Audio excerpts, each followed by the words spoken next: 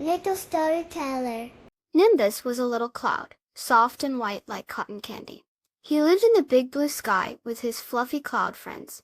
Below them was a green meadow where a little brown bunny named Pip hopped among colorful flowers, and a sparkling blue river where a friendly frog named Freddie loved to swim.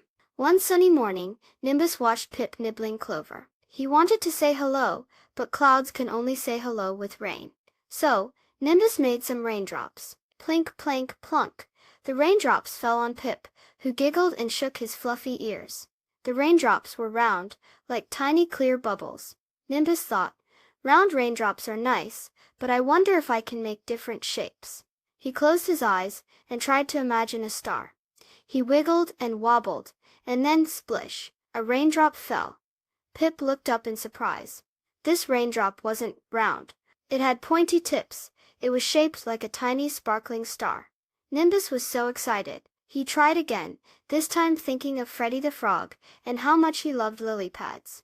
He puffed out his cheeks and made a raindrop in the shape of a heart.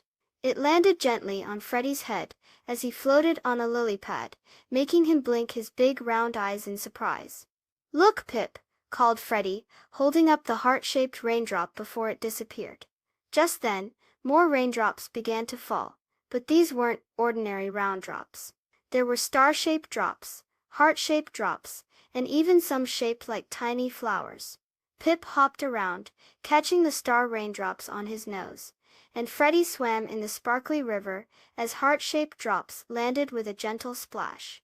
They both looked up at Nimbus in the sky and giggled.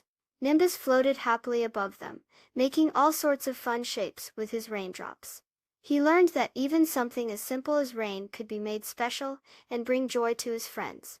And Pip and Freddie learned that even though Nimbus lived in the sky, and they lived on the ground, they could still share happy moments together.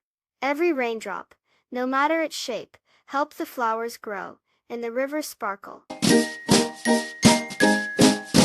Please subscribe. Thank you.